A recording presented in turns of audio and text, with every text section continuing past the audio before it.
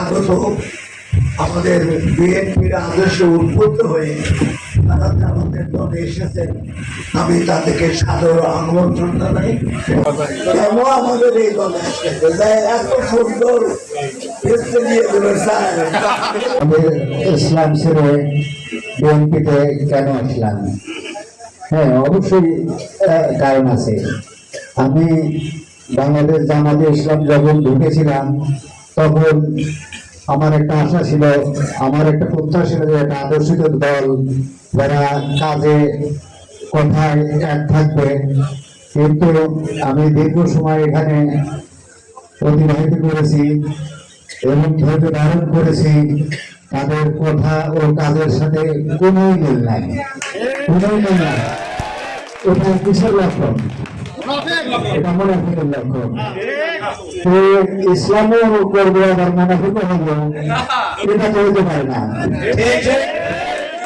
নিজের টাকা খরচ করে ব্যয় করবো, আবার দেখা যায় যে এই টাকাগুলো মানে নেতারা খরচ করবে, আর এই যারা সাধারণ কর্মী, সাধারণ যারা নেতা আছে তাদেরকে ভোট বুঝায় এই টাকাগুলো তারা নিয়ে বিভিন্ন অপকর্মে খরচ করবে।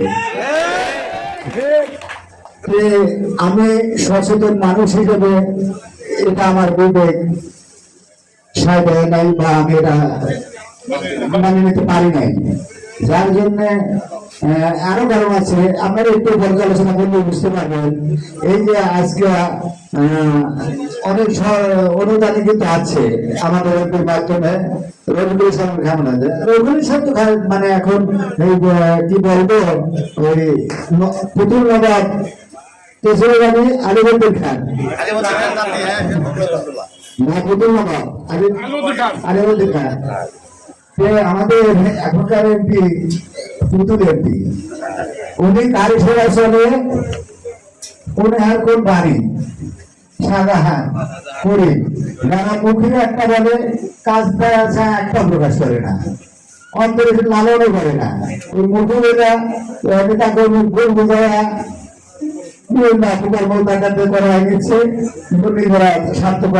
হাসিল করছে।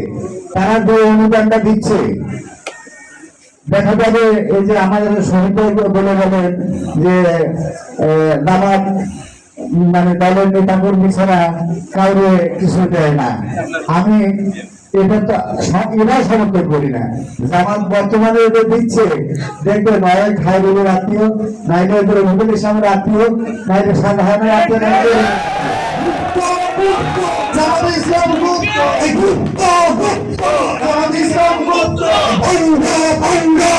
ইসলাম